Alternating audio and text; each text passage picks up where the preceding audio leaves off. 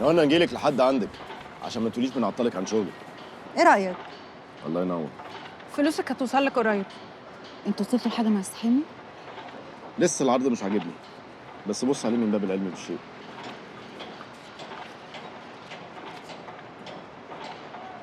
انا شايفه ان المبلغ كويس جدا، مش هنقدر ناخد منهم اكتر من كده. لا من فضلك، انت كده بتسوي سمعتي. زين، انا في عرض كل جنيه عشان نقدر نكمل المشروع ده.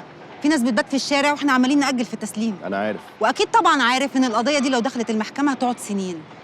انا شايفه ان خساره قريبه احسن من مكسب بعيد. انا ما بعترفش بالكلام ده. وانا ما عنديش الوقت ولا الرفاهيه اللي تخليني ادخل حرب عشان احس بالانتصار. ولا احنا. فريده، انت عارفه كويس ان بقالي سنين بشتغل في الجمعيات الخيريه. شفت ناس عيالها بتموت قصاد عينيها عشان مش عارفه تعالجها. الناس دي اولى بكل قرش نقدر نوفره. واحنا وراكي لحد لما تجيبي كل الفلوس. وهناخد قضيتك من غير اتعاب.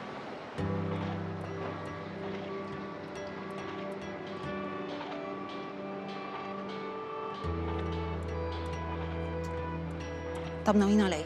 هشوف وجدي مخبي ايه، لانه حتى لو كان بريء اكيد كان عارف كل حاجه بتحصل في شركته. تقلقيش.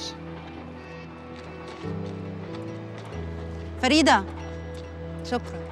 العفو.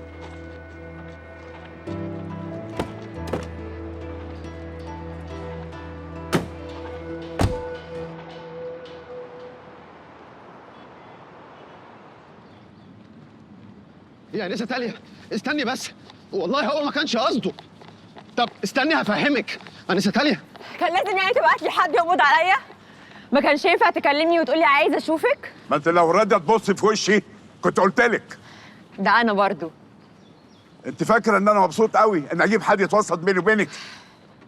بنتك بقى اللي سرقتك كان لازم تبعت لها حد عشان يتصرف معاها. طب يا جماعه ممكن تهدوا بس عشان نعرف نتكلم؟ في ايه؟ خدوا نفسكم كده. اتفضل. انت عارفه لو كنت سرقتيني انا ولا كانت تفرق معايا، بس انت سرقت فلوس الشركه وانا ما وقفش اتفرج. انا دفعت تعويضات للناس وانت حضرت كل ده بنفسك.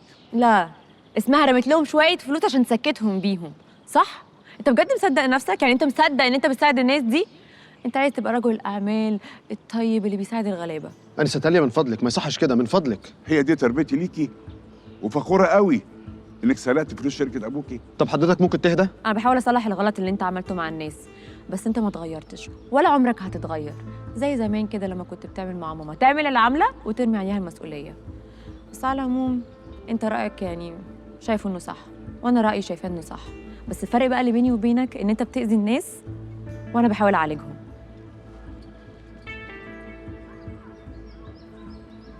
ادم، انا عايز ادفع فلوس الشركه من فلوسي. ما هو ده مش حل، ده هيخليك شريك ومتستر كمان. امال اعمل ايه؟ اسيب بنتي تتحبس؟ طيب انا عايز اطمن حضرتك ان الفلوس لسه ما اتصرفتش. انت شايف ان المشكله فلوسي مش انها تتسجن؟ انا كنت فاكر هتحلوا الموضوع، بس الواقع دلوقتي اسوأ من الاول.